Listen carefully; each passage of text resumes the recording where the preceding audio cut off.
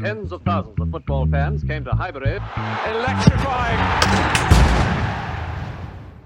Yes, guys, and welcome to another episode of the Cannon Podcast. I am here with a very special guest who on X, if you know about him, goes by the name of Physio Scout, but really that is not his name, shockingly. It is, in fact, Sirhan, and we are here to talk about a really interesting pod. I get to nerd out, take a little bit of a backseat and host a bit because we're talking about physiotherapy as a topic and we're talking about injuries. And we're going to highlight a couple of different players and we're going to get into some of the mechanisms and kind of maybe their really light return to play. We won't get specific about days, but we will just get involved in the factors that go there. So I'm excited about this. But firstly, Sirhan, how are you? How are you doing? I'm doing well. Thanks, George. Yourself? How are you doing? I'm good. I'm excellent. I love to talk about this stuff because it hits a little bit close to home from my academic passion. Nice. But you know, I think the first question I probably had for you is, how did you get on X and in this realm of injuries? Because like from a fan perspective, it's a huge discourse. It ultimately, I've never seen probably like sports rehab and sports injuries, and just a casual fan will make claims about medicine and physio and return to play and stuff like this. Like, what motivated you to kind of want to get into this field in general? Well, I studied exercise science and I actually thought that there was a little bit of a gap in terms of diagnosing over video. And I played a little bit of FPL, so Fantasy Prem. And I was like, okay, like we're waiting for clubs and players to get back on when they're actually going to get back. For example, Saka might say he's going to be back in 4 weeks, or Arteta might say, oh, he's playing, but he's not actually going to play next week. So I was like, how could I bridge that gap with the skills that I have and provide knowledge to the fans? And I was like, okay, let's create an account. So it started in March 2023.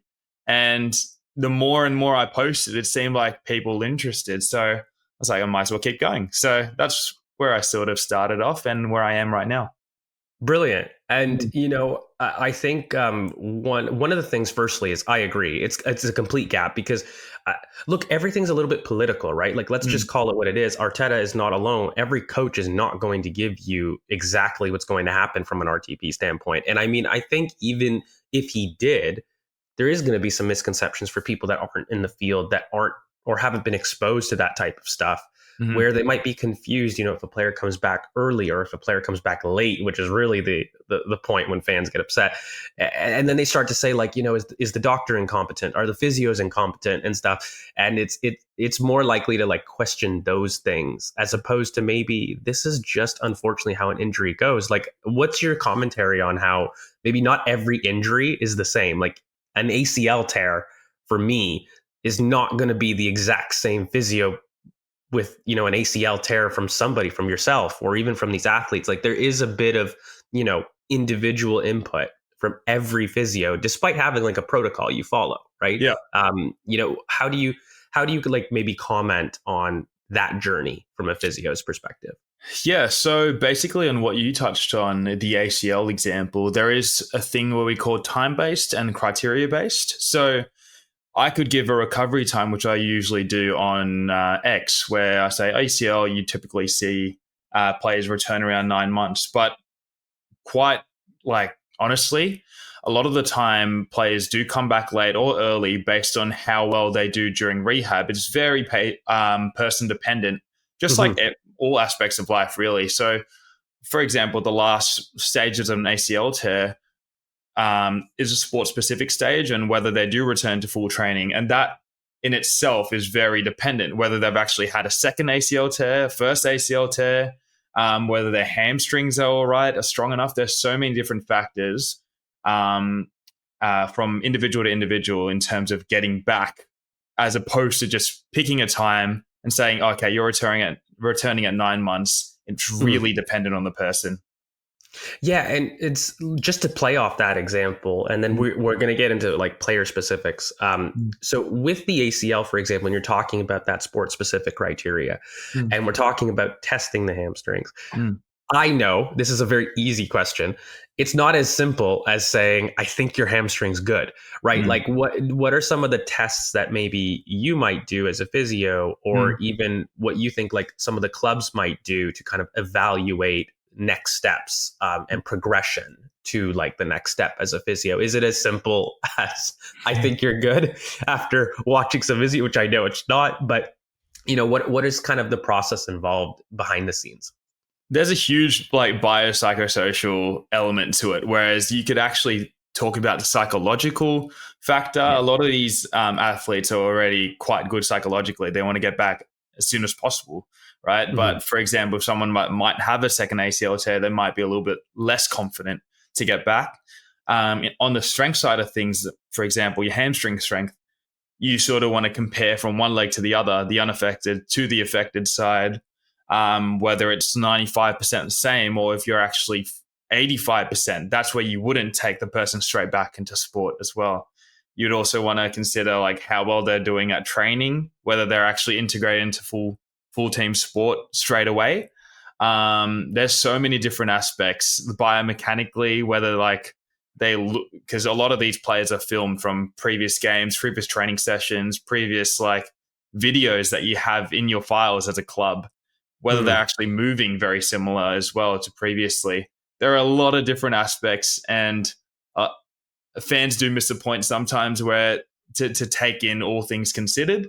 For example, like the psychological things, a lot of athletes might not even think. Sorry, a lot of fans might not even think of that as well. So there's a whole bunch of things to consider here.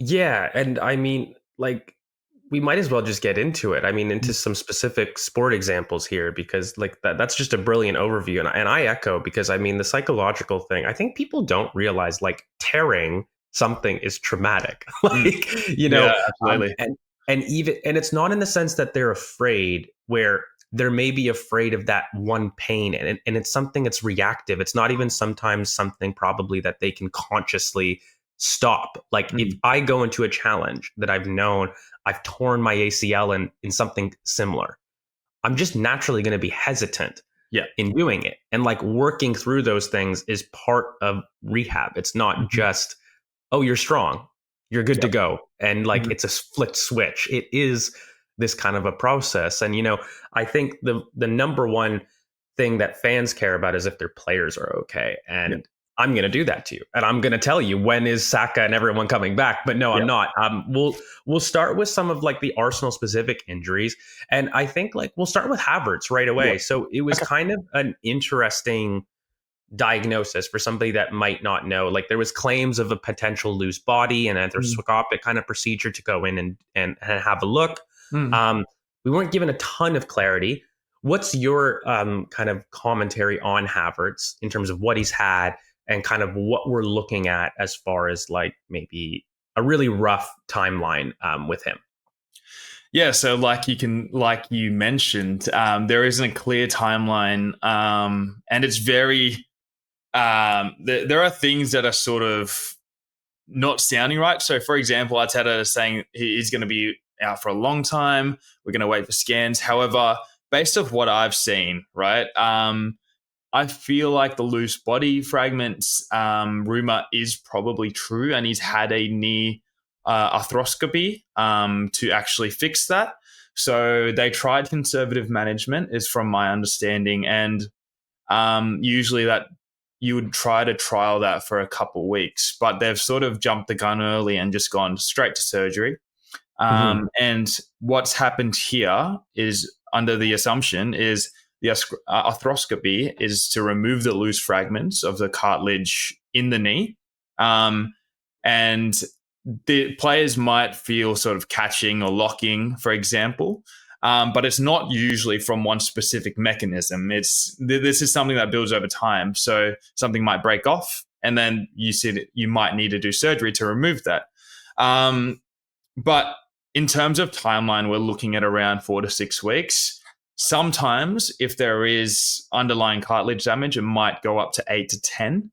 But most athletes get back around that 6-week mark. So even though it's surgery, it's not actually that scary because it's a minimally invasive procedure. So, does that sort of make sense? Yeah, absolutely. And I Mm, mean, probably the only question I would have from that one, and then we can move on to some of the others, is why the heck is there a decision between conservative and surgery? Like for some people that may not know, like, if surgery is something that will fix the issue, mm, why don't clubs just choose to do that route right away? Why do some athletes choose, okay, let's try a conservative? Because, Havertz is not alone. Like mm.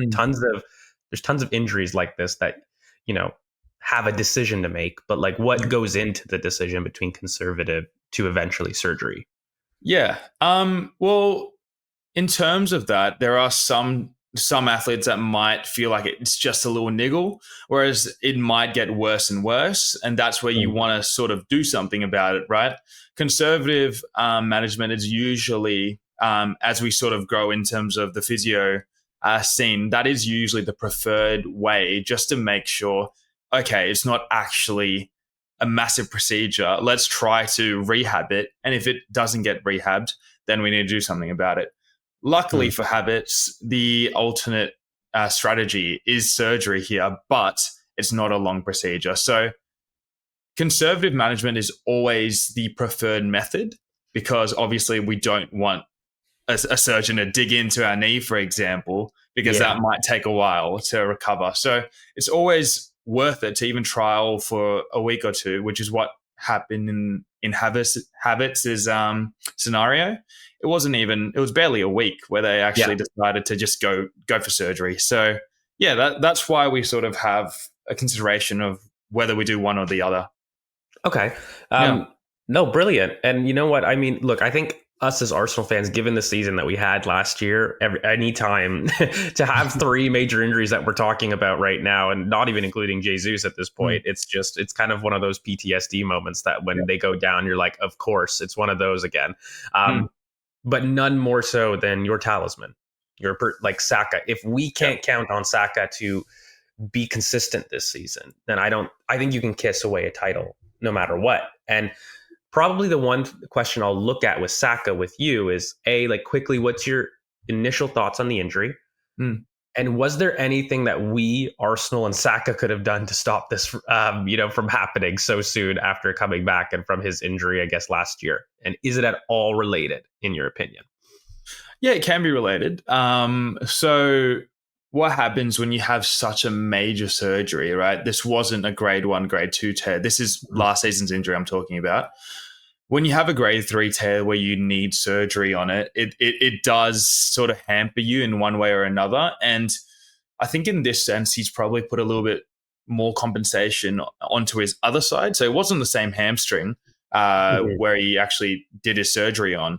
This could be in terms of an over reliance on one leg towards the other. But in terms of ways to stop it, it's very, very hard in elite sport just because, yeah, the smart way might be to reduce minutes. But like, are you actually going to reduce minutes with your talisman? Probably not, right? Mhm. Um, you can do all these things in terms of rehab, and I'm sure they put so much focus on it in terms of Arsenal and the physio team and the staff. However, if a hamstring just decides to strain itself, there's only so much you can actually do. I'm sure he's done all the Mhm. rehab you can do. However, there are factors, like I said, in terms of overload, in terms of matches and minutes. He's the guy that probably plays the most amount of minutes when he's available, as Yeah. well as tearing his other side, his whole hamstring off on the other side. Yeah. Yeah, and so I think like when you have a look at what has been rumored, just to circle Mm, back for this present mm, injury, it doesn't look too serious. It's been mm, debated about whether or not it was a strain. I mean, he clearly felt something. Can, mm, can you like maybe help with that timeline on the grade one? Again, we're not mm, holding because like if there's a more serious injury that they then do an MRI down the line and say, oh no, actually this is a grade two, and they've got imaging and mm, scans reveal a slightly bigger tear that he could have happened when he yeah, was trying to rehab, right? Like you don't know, mm, but it's always scan dependent, of course. mm. But like, what's your rough idea about the timeline with the current Bukayo Saka injury? Yeah, so I believe it might have been the Athletic reported up to 4 weeks, right? Mhm. So I think if they'd say up to 4 weeks, it's more likely than not a grade 1 as opposed to a grade 2, which probably should relieve some Arsenal fans. The reason why I think that is if it was any more serious in terms of grade 2, they would have said up to 6 weeks. But I think they're sort of playing conservatively in terms of saying up to 4 weeks, whereas the actual return is around 2 to 4. So if you do have, so what grade 1 is a tearing or a strain of only a few or a couple muscle fibers or tendon fibers. So when that happens, usually it's only a 2 to 4 week recovery. Some return within 2, but I think they've sort of played it safe in Saka's case. So yeah, hopefully that's some good news, I guess. No, it's great news. I mean, I mean, anytime that you're going to say it's a shorter recovery, then you think in the long term that it's going to be amazing. I don't know if you like this example. In the past, I've used grade 1, 2, 3 to try to help to lay people. It's like a frayed rope is my favorite analogy that I like to use. Your muscle fiber is like a frayed rope. There are all of these little twines that are involved and make the rope go wrong, right? And so you can have times when there's 1 or 2 of those little wooden fibers, or, that's the muscle fiber in this point, but, that little wooden twine that gets loose, right? And a grade 2 is basically like the degree of the tear. It doesn't mean that your whole rope is cut in half. It's just the degree to how much you're being torn. And it's like a scale. And, those timelines depend on that, and how much intervention you need depends on how big of the tear it is. But that's kind of maybe for people to get an idea of like a visual of what it looks like. But that's another chat in itself. yeah, exactly. And so there's a lot involved with that stuff, but maybe we'll just jump into like Odegaard, because I'm here to like smatter you. When are my players getting back? Essentially, is the point of the pod. Yeah. Odegaard with a very unique injury.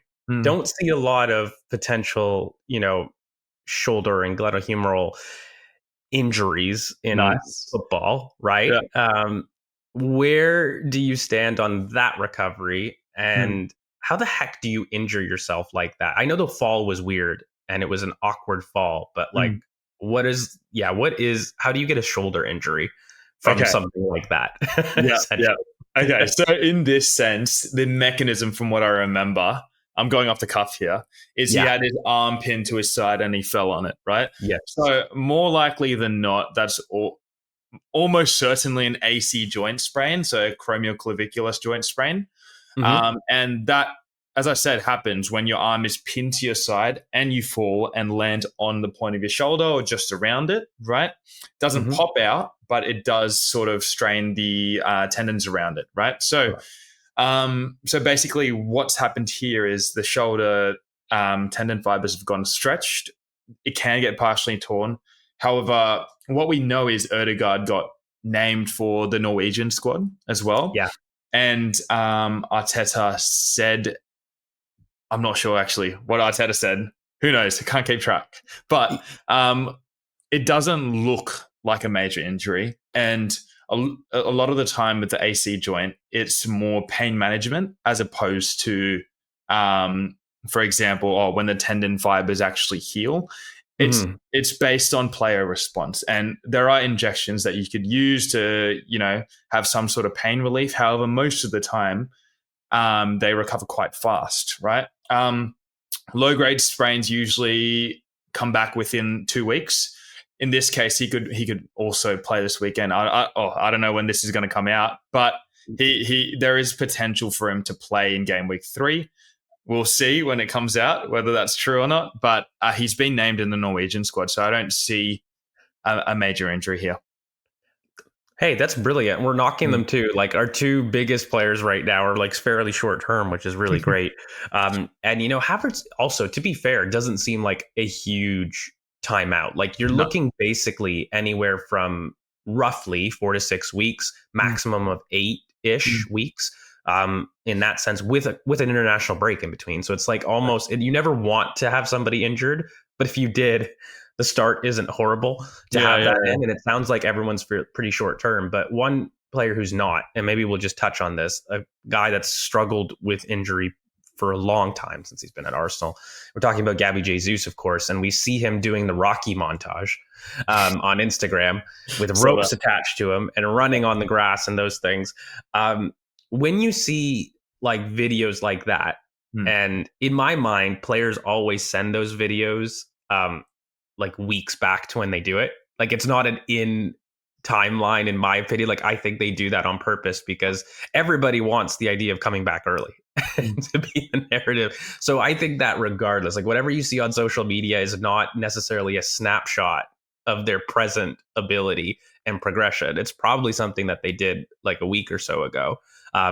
Because you don't want to jump the gun when you release something like that. Who knows? Yeah. But who knows? Yeah. That's me and putting my, ideas out there. But for Jesus, you see that video basically.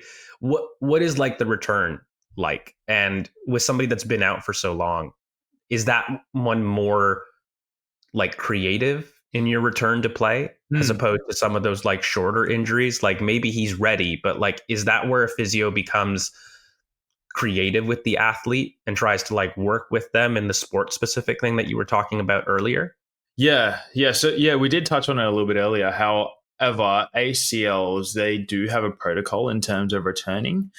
However, it really depends on what type of exercises or what type of criteria to actually clear.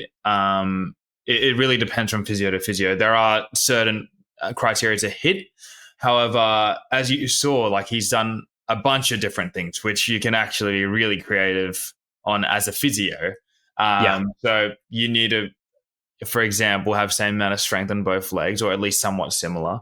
You need to be able to do sprinting, change of direction drills, sport-specific movements, be confident in training, and actually let's progress your way to that where you're actually into full training. Again, there is no timeline in terms of when he will be back, but there is a timeline on when he should be back, which is around that 9 to 11 months. I think with that Rocky montage, he said he was at 7 months. So he should be expected back within 2-3 months-ish. Yes, he's had a pretty rough injury record, and this does actually come into play into this. However, if if the video is anything to go by, he's doing quite well, right? But yes, in terms of being more sport specific, it's a very good sign he's on the pitch and he's doing those resisted runs, for example. It's one thing going from training speed to match speed. So when we see videos of him actually within the drills, that's when we know he's going to be closer to returning back. When somebody joins the group, when do they become okay? Like it's obviously simple to determine. Like match fitness doesn't happen until you're in the match for a couple matches. So I don't need that specific. But like, what is the process where, hey, we've welcomed Jesus back from 8 months out. He's training. What is the protocol to then be like, okay, I'm going to name you in the squad? Yeah. What allows a physio basically to be like, yeah, now's the time, even if that's 1-2 weeks in training with like the team. Yeah. It's one thing training with the team. For example, you could be a bouncer on the side on these like passing drills, and there's one thing in terms of actually participating in high sprint drills. Right. When you're actually doing those high sprint velocity drills, that's pretty much as high as we can go. And there are other sort of high effort drills that we can do to actually clear them. But again, it's really dependent. But most of the time, it's when they can accelerate, cut in terms of pivoting, when they're actually, it looks like they're actually at match speed. And you can very much tell compared to the other players. You can compare, right? If they're actually doing everything confidently, then biomechanics are doing right. That we have these apps that you can sort of pinpoint like how their biomechanics are going, like whether their knees are dropping in too much, for example. And there are also like there's so much technology like GPS tracking. You can see how much distance they're running, how long they've been running for. You can compare that to what they've done previously. All these clubs would have that information. So comparing to what sort of match fitness, what speed they were at before, and whether they actually subjectively look quite fit now, all comes into decision in terms of whether they should be named in a match squad. Okay. That makes a lot more sense. And yeah, you know what? That was great. I mean, it sounds like we've got within 2 months, the quartet. should go act, barring any new information and everything, which is like not the worst thing in the world. But look, guys, before I bother Sirhan again for more things, we are going to go jump off the Patreon. So if you guys like this conversation, we're going to continue it a bit more in detail.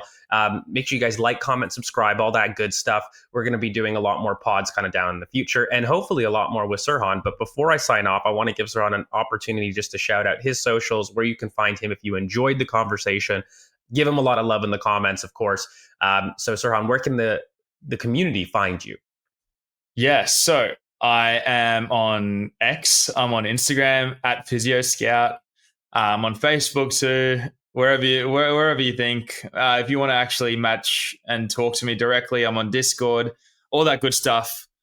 What I do is pretty much, as we sort of touched on, recovery times for injuries that are sustained within a match. I look at EPL injuries. I look at all the relevant injuries, which might be subdued into famous players, all that good stuff. So if you like more of that stuff, Twitter is usually my main source, but you can jump on Instagram too. We're trying to grow that. But yeah, brilliant. Thanks, George. No, thank you, Sirhan. I really appreciate it. And of course, guys, make sure you give him tons of love in the comments. And I, as a good business person, will say that we hope to have Sirhan on the Cannon podcast in other podcasts down the line. But after making him uncomfortable, thank you guys so much. We appreciate it. Thank you guys for listening.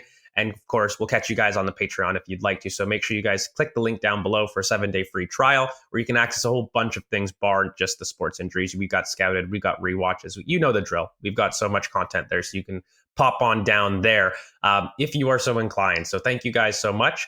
We appreciate you. And thanks for keeping it Arsenal. Tens of thousands of football fans came to Highbury. This was one kind of queue the ladies thoroughly enjoyed. Electrifying. Electrifying. Inspiration.